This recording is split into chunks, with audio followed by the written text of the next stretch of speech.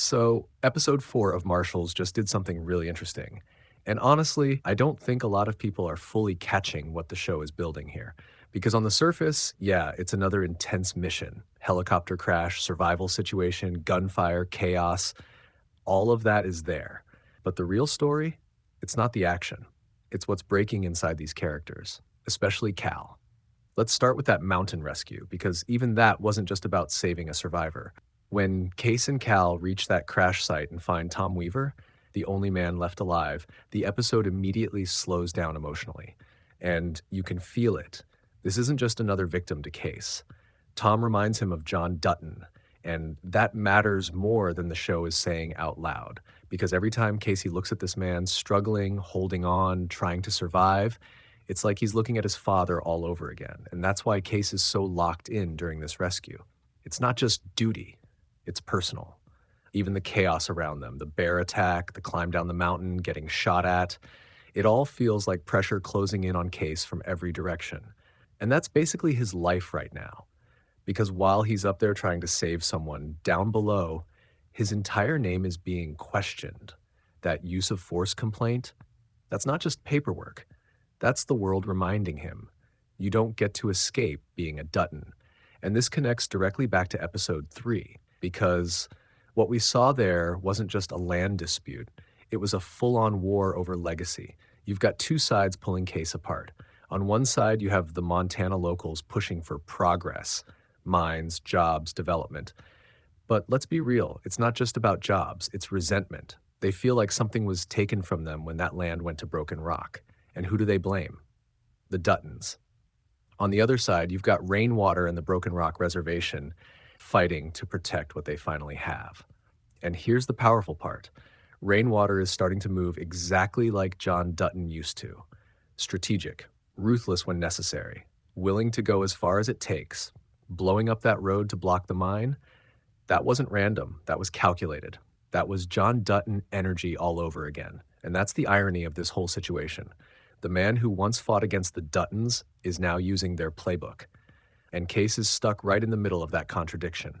He gave the land back thinking he was doing the right thing, but now he's dealing with the consequences from both sides. Even the people he's trying to protect don't fully trust him. Look at Miles. That moment where his own people call him a traitor, that wasn't just tension, it was identity breaking down. He's trying to serve, to protect, but to them, he represents the system, and the show doesn't sugarcoat that. Same thing with Belle.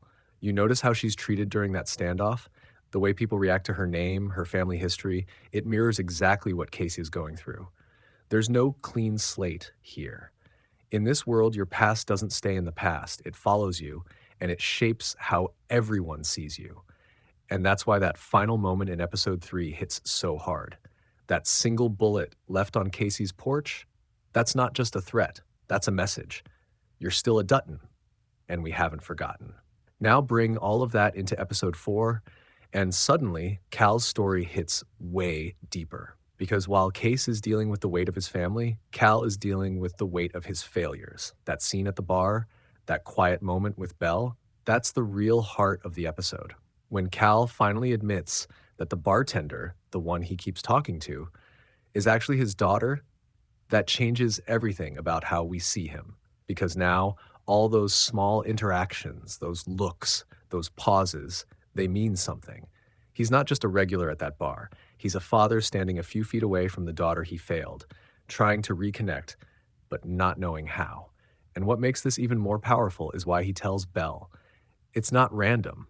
Earlier in the episode, he watches Tom and his daughter, their bond, their connection, the way they show up for each other, and you can literally feel the regret building inside him. That's what pushes him. That's what pushes him. Not courage, not timing, regret. And Belle, she's the only one who would understand. She's a parent. She knows what this job takes from you. They've already talked about how being a marshal doesn't just affect you. It damages your personal life, your relationships, your family. So when Cal opens up to her, it's not just confession, it's relief. It's him finally letting that wall crack just a little.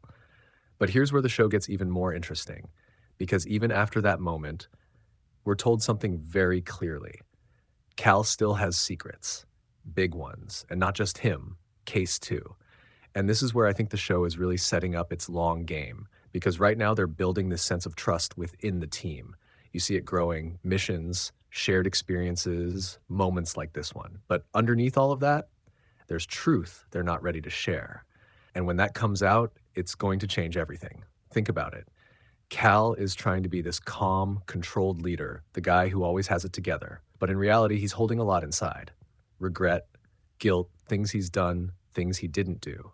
Being a marshal isn't just a job for him, it's his way of trying to make up for all of that, to atone. Same with Kayce. You can feel it in every decision he makes. He's trying to be better than the Dutton name, but the world won't let him forget it. And the closer these two get as partners, the more dangerous those hidden truths become because secrets don't stay buried forever, especially not in a world like this. So when you look at episode 4 as a whole, it's not just about a rescue mission.